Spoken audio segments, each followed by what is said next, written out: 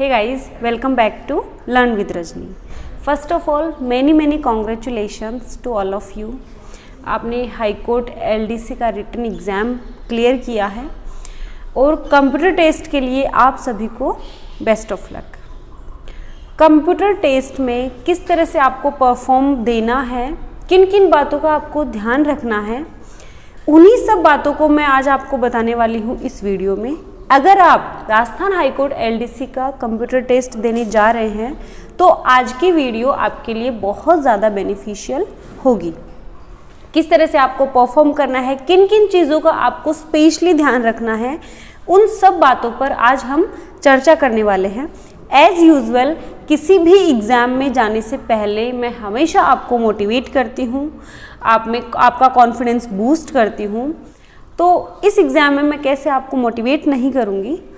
26 मई से 29 मई तक आपका एग्ज़ाम होना है। सभी स्टूडेंट्स को जो भी ये एग्ज़ाम देने जा रहे हैं, हाई कोर्ट LDC का कंप्यूटर टेस्ट देने जा रहे हैं, उन सभी को wish you all the good luck. मैं भगवान से प्रे करूँगी कि जो जेन्युइन स्टूडेंट हैं, जिन्होंने डेडिकेशन के साथ तैयारी की है, उनका एग्ज़ाम अच्छा हो और उनका फाइनल सिलेक्शन हो।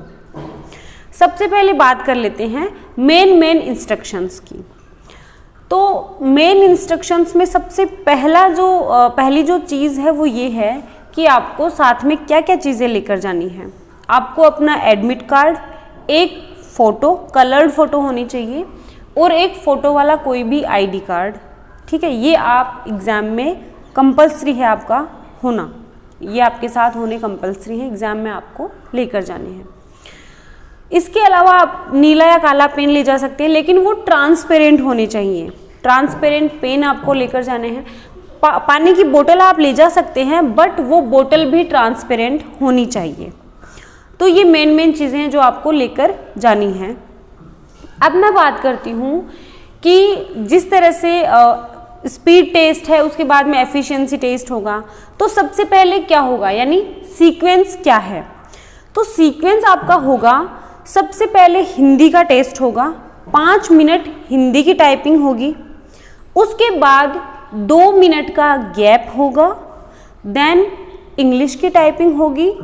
उसके बाद इंग्लिश की टाइपिंग के बाद 5 मिनट का गैप होगा, और उसके बाद 10 मिनट का एफिशिएंसी टेस्ट होगा।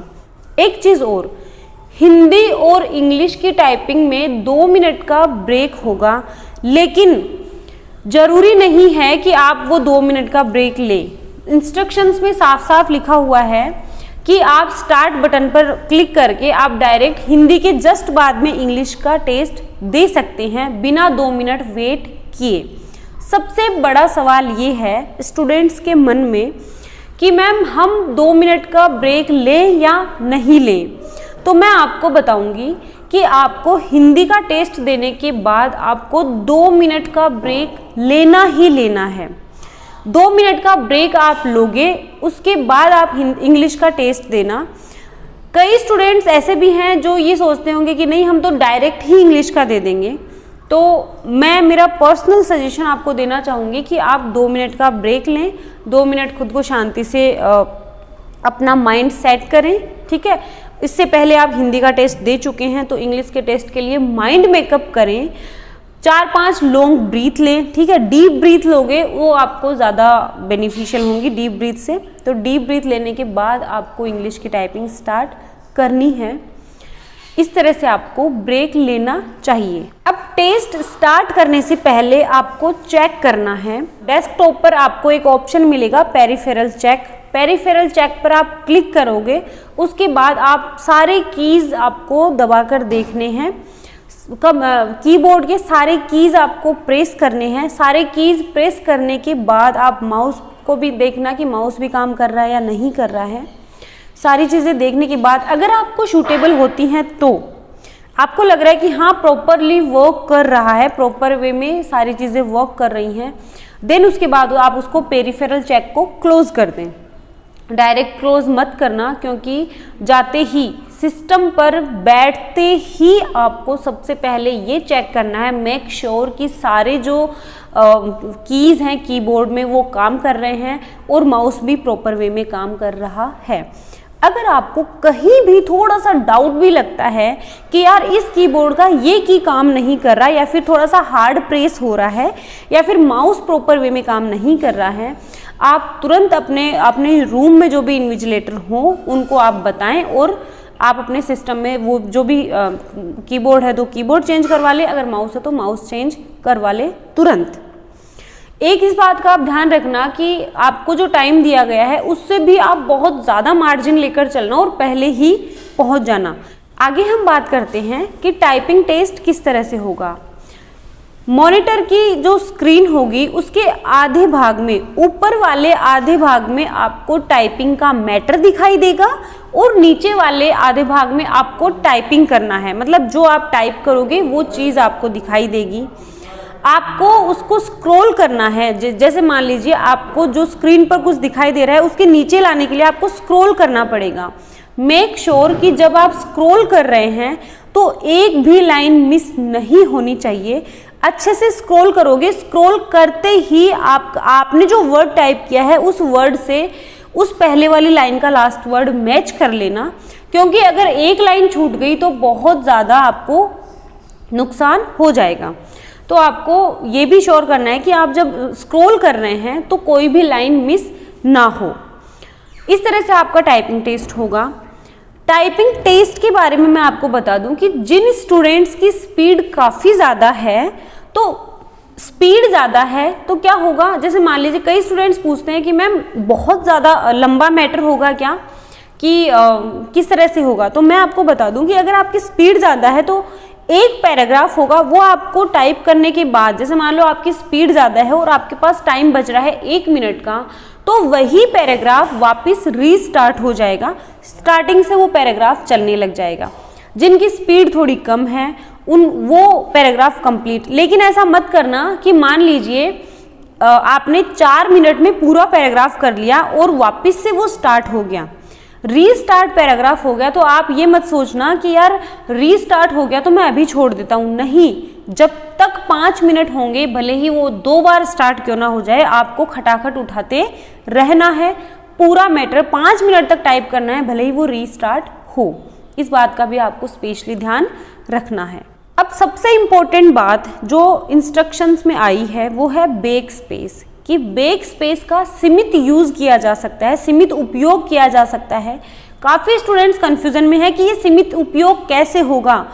तो बैक स्पेस का सीमित उपयोग ऐसे होगा कि आप मान लीजिए आपने टाइप किया लर्न विद रजनी, 3 वर्ड्स हैं, आपको टाइप करना है, तो LEARN, पहले वर्ड में आपने LEARN टाइप किया है।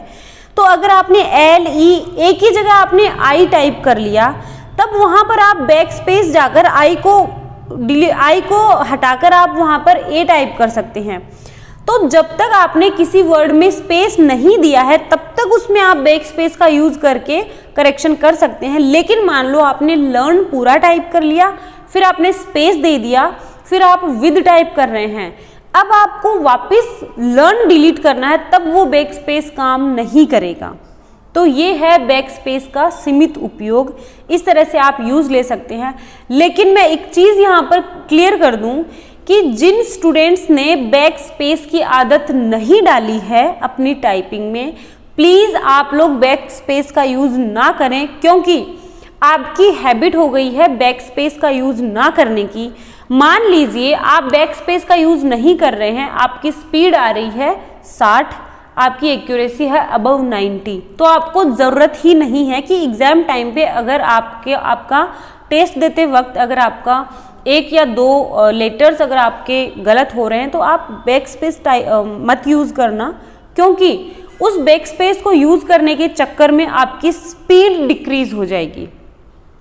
अगर आपने हैबिट नहीं बनाई है बैक स्पेस को यूज़ करने की तो आप मत करना। लेकिन अगर आपको लग रहा है कि यार बहुत ज़्यादा ही गलत हो रहा है, तो अगर आपको है थोड़ी बहुत स्पीड, थोड़ी बहुत आदत है बैक स्पेस को यूज़ करने की, तब आप एक लिमिटेड उसमें आप कर सकते हैं। बट मेरा पर्सनल सजेशन ये है कि अगर आप बैक स्पेस का यूज़ करते हैं तो आपकी स्पीड टूटती है। ओके, एक बहुत ही इम्पोर्टेंट बात ये है कि कंप्यूटर टेस्ट देते वक्त या फिर एफिशिएंसी टेस्ट देते वक्त डायरेक्शन के अलावा आपको सिस्टम में कुछ भी नहीं छेड़ना है।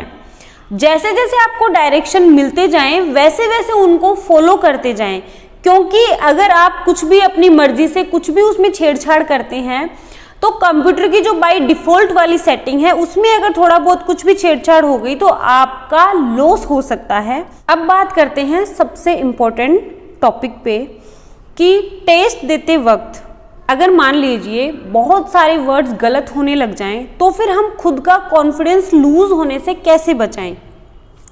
देखिए, रिटन एग्जाम अलग चीज होती है, लेकिन स्किल टेस्ट भले ही वो स्टेनो का हो, भले ही वो टाइपिंग का हो, कोई भी स्किल टेस्ट ले लीजिए। स्किल टेस्ट में क्योंकि स्किल टेस्ट में एक तो टाइम बहुत कम होता है, ठीक है, 5 मिनट 10 मिनट के स्किल टेस्ट में आपको 5 मिनट में आपको हर चीज परफॉर्म करनी है। मान लीजिए आप हिंदी का टेस्ट दे रहे हैं, आपने टाइप किया, पहली लाइन में आपके बहुत सारे वर्ड्स गलत हो गए, ठीक है, गलत हो गए तो हड़बड़ाहट में उसको छोड़ना नहीं है, मतलब आपके हाथ चलते रहने चाहिए। मान लीजिए मैं कुछ टाइप कर रही हूँ, 2 4 5 6 शब्द मेरे गलत हो गए स्टार्टिंग में ही, मतलब स्टार्टिंग की 1 मिनट में ही मेरे बहुत सारे शब्द गलत हो गए, तो आगे वाली 4 मिनट में मैं क्या करूं? आगे वाली 4 मिनट में आपको कॉन्फिडेंस को वापस बनाना है, कॉन्फिडेंस लूज नहीं करना है। एक लंबी सांस लो और चल दो, रुकना कहीं पर भी नहीं है। कोई भी स्किल टेस्ट दे लीजिए, भले ही वो आप हाई कोर्ट एलडीसी का टाइपिंग टेस्ट या एफिशिएंसी टेस्ट दे लीजिए या फिर स्टेनो का टेस्ट दे लीजिए, रुकना कहीं भी नहीं है। जहां आपको लग रहा है कि यार मेरे हाथ कांप रहे हैं या फिर मेरा कॉन्फिडेंस लूज जा रहा है, एक लंबी सांस लो और फिर से खुद को 1 सेकंड का जो 10वां पार्ट है ना, उसके अंदर ही खुद को फिर से मोटिवेट कर लो और रुकना नहीं है। रुकते ही काम खराब है, तो आपको इस चीज का ध्यान रखना है। सेकंड चीज, बहुत सारे एस्पायरेंट्स ऐसे हैं जिनकी हिंदी की स्पीड थोड़ी कम है और इंग्लिश की बहुत ज़्यादा है। मान लीजिए क्योंकि हिंदी का टेस्ट पहले होगा, हिंदी के टेस्ट में आपकी बहुत ज़्यादा अच्छी परफॉर्मेंस नहीं रही है, इसका मतलब ये नहीं है कि आप डिमोटिवेट हो जाओ, अपने कॉन्फिडेंस को लूज कर दो और इंग्लिश का टेस्ट भी आप ऐसे ही दे लो। नहीं, क्या हुआ अगर हिंदी के टेस्ट में अगर आप पासिंग मार्क्स भी ले आओगे और इंग्लिश के टेस्ट में अगर आप अच्छी परफॉर्मेंस दे दोगे तो रेशियो इक्वल हो जाएगा ना। तो हिंदी का टेस्ट अगर आपका नॉर्मल भी गया है तो इंग्लिश के टेस्ट में आप नंबर खींच सकते हैं। उस 2 मिनट के पीरियड में खुद को मोटिवेट करें, खुद को कॉन्फिडेंस दें और 5 मिनट की परफॉर्मेंस अच्छी करें इंग्लिश के टेस्ट में। बात करते हैं एफिशिएंसी टेस्ट की। एफिशिएंसी की टेस्ट में भी आपको जो चीज़ पूछी जाए, क्योंकि आपको हार्ड कॉपी दी जाएगी, हार्ड कॉपी में जो जो क्वेश्चंस होंगे कि इसको ये करो, बोल्ड करो, अंडरलाइन करो, और भी चीज़ें हैं, लेटर फॉर्मेटिंग भी आपको अच्छे से करके जानी है। जो चीज़ पूछे वही आप करें, एक्स्ट्रा कुछ भी अपनी तरफ से ना करें। एफिशिएंसी टेस्ट में भी आपको यही करना है। आपको जो एफिशिएंसी टेस्ट के लिए पेपर देंगे वो आपका वहीं पर वापस कलेक्ट कर लिया जाएगा, वो आपको साथ नहीं लाने देंगे। तो ये कुछ मेन चीज़ें थी और कुछ मोटिवेशन था आप लोगों के लिए। आई होप आप इस छोटी सी वीडियो से मोटिवेट होंगे, आप अपने कॉन्फिडेंस को बनाए रखेंगे। एग्ज़ाम देने के बाद मुझे टेलीग्राम पर डीएम ज़रूर करना कि आपका कंप्यूटर टेस्ट कैसा गया। मैं आशा करती हूँ कि आप सभी का, जिन्होंने अच्छे से तैयारी की है, उनका कंप्यूटर टेस्ट बहुत ही अच्छा जाए और फाइनल कट ऑफ में उनका सिलेक्शन हो, फाइनल कट ऑफ में उनके रोल नंबर उनको शो हो, जिन्होंने भी अच्छे से तैयारी की है। I wish you all the good luck. Thank you so much.